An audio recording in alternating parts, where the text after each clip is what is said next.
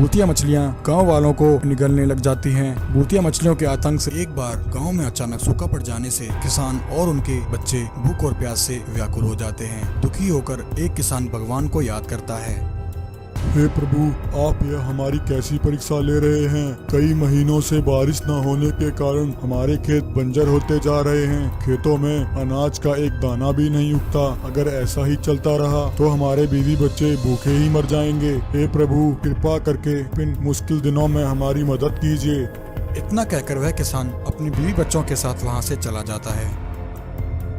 अगले दिन कुछ चुड़ैलें अचानक से गाँव में आती हैं। एक चुड़ैल कहती है, बहन, लगता है इस बार सूखा पड़ने से गांव वालों के खेतों में अनाज नहीं होगा। यह गांव वाले भूख और प्यास से तड़प रहे हैं। यही मौका है, हम इन भूखे लोगों का फायदा उठाते हैं और अपनी शक्तियां बढ़ाते हैं। चलो बहन, इन भूखे गांव वालों को अपना शिकार बनाते हैं। ऐसा कहकर वह तीनों चुड़ैलें उसी समय मछली के पेड़ में बदल जाती हैं। अगले दिन जब वह किसान अपने खेतों में आता है, उन मछली के पेड़ों को देखकर वह किसान हैरान हो जाता है। किसान कहता है, हे भगवान, ऐसा कैसे हो सकता है? कल तक तो मेरे खेतों में अनाज का एक दाना नहीं था और आज रातों रात अचानक से इसमें यह 3 मछली के पेड़ कहां से आ गए? इन पेड़ों पर तो बड़ी बड़ी ताजी मछलियां लगी हैं। लगता है भगवान ने हमारी पुकार सुन ली। वह किसान एक पेड़ से एक मछली को तोड़ लेता है और उसे लेकर अपने घर आ जाता है। आज बहुत दिनों बाद मेरे बीवी बच्चे पेट भरकर खाना खाएंगे। वह उस मछली को लेकर अपने घर आ जाता है। उसके बीवी बच्चे यह देखकर बहुत खुश हो जाते हैं। वहीं जब बाकी गांव वालों को पता लगता है कि उस किसान के खेत में मछली के पेड़ उगे हैं, तो कुछ गांव वाले भी उस किसान के घर इकट्ठे हो जाते हैं। भाई, हमने जो सुना है क्या वह सच है? क्या तुम्हारे खेतों में सचमुच में मछली के पेड़ लगे हैं? हमारे बीवी बच्चे भी कई दिनों से भूखे हैं। हमें भी यह मछलियाँ चाहिए भाई। किसान कहता है, हाँ मेरे गांव वालों, ईश्वर ने यह कृपा हम सब पर की है। तुम मेरे खेतों में जाकर वहाँ से मछलियाँ ले सकते हो। उस किसान की बात सुनकर बाकी गांव वाले भी उसी समय उन मछली वाले पेड़ों के पास पहुंच जाते हैं और वह भी उन मछली वाले पेड़ों से मछलियां तोड़ लेते हैं और उन्हें अपने घर ले जाते हैं। उधर जैसे ही वह किसान उस मछली को पकाने के लिए जाता है, वह मछली अचानक से बड़ी हो जाती है। क्योंकि वह मछली भूतिया थी तो वह उस किसान और उसकी पत्नी को जिंदा ही निगल जाती है। यह सब देखकर उस किसान के बच्चे बंटी और सीमा वहां से भाग जाते हैं। वहीं बाकी गांव वालों के साथ भी ऐसा ही कुछ होता है। भूतिया मछलियां गांव वालों को निगलने लग जाती हैं। भूतिया मछलियों के आतंक से गांव में हाहाकार मच जाती है।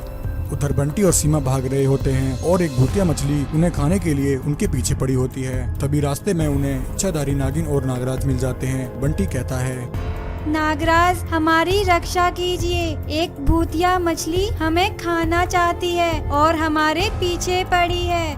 बंटी की बात सुनकर नागराज उसी समय उस भूतिया मछली को अपनी शक्ति से नष्ट कर देते हैं। नागराज कहते हैं, बच्चों, यह गांव में क्या हो रहा है? यह भूतिया मछलियां कहां से आई हैं?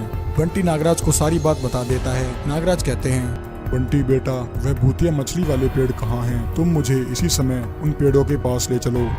बंटी और सीमा इच्छाधारी नागिन और नागराज को उन भूतिया मछली वाले पेड़ों के पास ले आते। तभी नागराज अपनी शक्ति से देख लेते हैं कि वह तीनों भूतिया मछली वाले पेड़ 3 चुड़ैले हैं। वह चुड़ैले ही गांव में आतंक मचा रही हैं। नागराज उसी समय उन तीनों पेड़ों को आग लगा देते हैं। वह तीनों पेड़ आग में जलकर नष्ट हो जाते हैं। वह तीनों चुड़ैले भी अपने असली रूप में आ जाती हैं और जलकर वहीं भस्म हो जाती हैं। चुड़ैलों के नष्ट होते ही सभी गाँव वाले वापस आ जाते हैं और सभी मिलकर इच्छाधारी नागिन और नागराज का धन्यवाद करते हैं।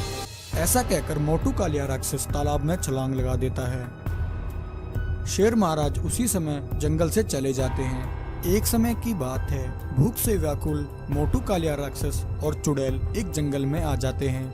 मोटू कालिया राक्षस कहता है, अरे चुड़ैल, कब से हम खाने की तलाश में ऐसे ही भटक रहे हैं। मुझे जल्द से जल्द खाना चाहिए, वरना मैं तुमको ही मार कर खा जाऊंगा। तभी चुड़ैल की नजर तालाब की मछलियों पर पड़ती है। उन बड़ी बड़ी मछलियों को देखकर चुड़ैल के मुंह में पानी आ जाता है। चुड़ैल कहती है, मोटू कालिया राक्षस, वह देखो, इस तालाब में कितनी बड़ी बड़ी मछलियां हैं। लगता है भगवान ने हमारी सुन ली। यह तालाब तो किसी स्वर्ग से कम नहीं है। चलो इन मछलियों को खाकर अपनी भूख मिटाते हैं। ऐसा कहकर मोटू कालिया राक्षस और चुड़ैल तालाब में छलांग लगा देते हैं और मछलियों को पकड़कर खाने लगते हैं।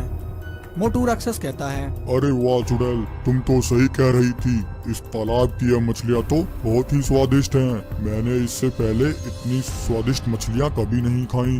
तभी चुड़ैल कहती है, मोटू कालिया राक्षस, यह तो कुछ नहीं। जब ये मछलियाँ इतनी स्वादिष्ट हैं, तो इन मछलियों की रानी जलपरी कितनी स्वादिष्ट होगी। मोटू राक्षस कहता है, हाँ हाँ चुड़ैल, मुझे वह जलपरी चाहिए। बताओ कहाँ है वह जलपरी? सब्र करो मोटू राक्षस, जल्द हम उस जलपरी को भी अपना खाना बनाएंगे। तब तक हम इस जंगल के जानवरों और मछलियों को खाकर अपनी भूख शांत करते हैं। ऐसे ही मोटू कालिया राक्षस और चुड़ैल जंगल के बाकी जानवरों को भी मारकर खाने लगते हैं। एक दिन ऐसे ही तालाब की कुछ जलपरियां आपस में बातें कर रही होती हैं। तभी वहां मोटू कालिया राक्षस और चुड़ैल आ जाते हैं। जलपरियों को देखकर मोटू कालिया राक्षस के मुंह में पानी आ जाता है। अरे वाह चुड़ैल, यह तो एक नहीं बल्कि दो जलपरियां हैं। अब मुझसे सब्र नहीं हो रहा है, मुझे ये जलपरियां खानी है। ऐसा कहकर मोटू कालिया राक्षस तालाब में छलांग लगा देता है। मोटू कालिया राक्षस एक जलपरी को पकड़ लेता है। दूसरी जलपरी जान बचाकर वहां से भाग जाती है। चलो चुड़ैल, इस जलपरी को पकाकर खाते हैं। वहीं दूसरी तरफ वह जलपरी इच्छाधारी जलपरी के पास आ जाती है और उन्हें सारी बात बता देती है। इच्छाधारी जलपरी कहती है, जलपरी बहन, हम इस प्रकार उस राक्षस और चुड़ैल का सामना नहीं कर सकते हैं। ऐसा कहकर इच्छाधारी जलपरी एक शेर से कहती है, हे शेर महाराज, आप जल्दी से गांव जाइए और साधु बाबा को लेकर आइए। मुझे उनकी सहायता चाहिए। इच्छाधारी जलपरी की बात सुनकर शेर महाराज उसी समय जंगल से चले जाते हैं और अगले ही दिन साधु बाबा को लेकर जलपरी के पास आ जाते हैं। जलपरी साधु बाबा को सारी बात बताती है। साधु बाबा, एक राक्षस और चुड़ैल हमारे इस जंगल में घुस आए हैं। उन्होंने जंगल के कई जानवरों को अपना खाना बना लिया है और अब वे दोनों हमारी जलपरी बहन को भी खाना चाहते हैं। उसे बचाने में आप मेरी सहायता कीजिए। इच्छाधारी जलपरी की बात सुनकर साधु बाबा अपने अंतर्मन की शक्ति से सब देख लेते हैं। साधु बाबा कहते हैं, हे इच्छाधारी जलपरी, उस राक्षस से जलपरी को बचाने के लिए मेरे पास एक योजना है। वहीं मोटू कालिया राक्षस और चुड़ैल जलपरी को खाने की तैयारी कर रहे होते हैं। उसी समय साधु बाबा एक घड़ा लेकर वहां पहुंच जाते हैं। साधु बाबा मोटू राक्षस से कहते हैं, हे राक्षस राज, आप जिस जलपरी को खाना चाहते हैं वह जलपरी यह नहीं है। इससे भी बड़ी इच्छाधारी जलपरी इस घड़े में आपका इंतजार कर रही है। राक्षस कहता है, हाँ हाँ, मुझे वह बड़ी जलपरी चाहिए। परंतु चुड़ैल बहुत चालाक होती है। वह समझ जाती है कि यह सब उस इच्छाधारी जलपरी की एक चाल है। वह मोटू राक्षस को घड़े के अंदर जाने से मना करती है। परंतु बड़ी इच्छाधारी जलपरी को खाने के लालच में मोटू कालिया राक्षस चुड़ैल की बात नहीं सुनता है और छोटा होकर उस घड़े के अंदर चला जाता है। मोटू राक्षस के घड़े के अंदर जाते ही साधु बाबा घड़े का मुंह बंद कर देते हैं। मोटू कालिया राक्षस घड़े के अंदर कैद हो जाता है।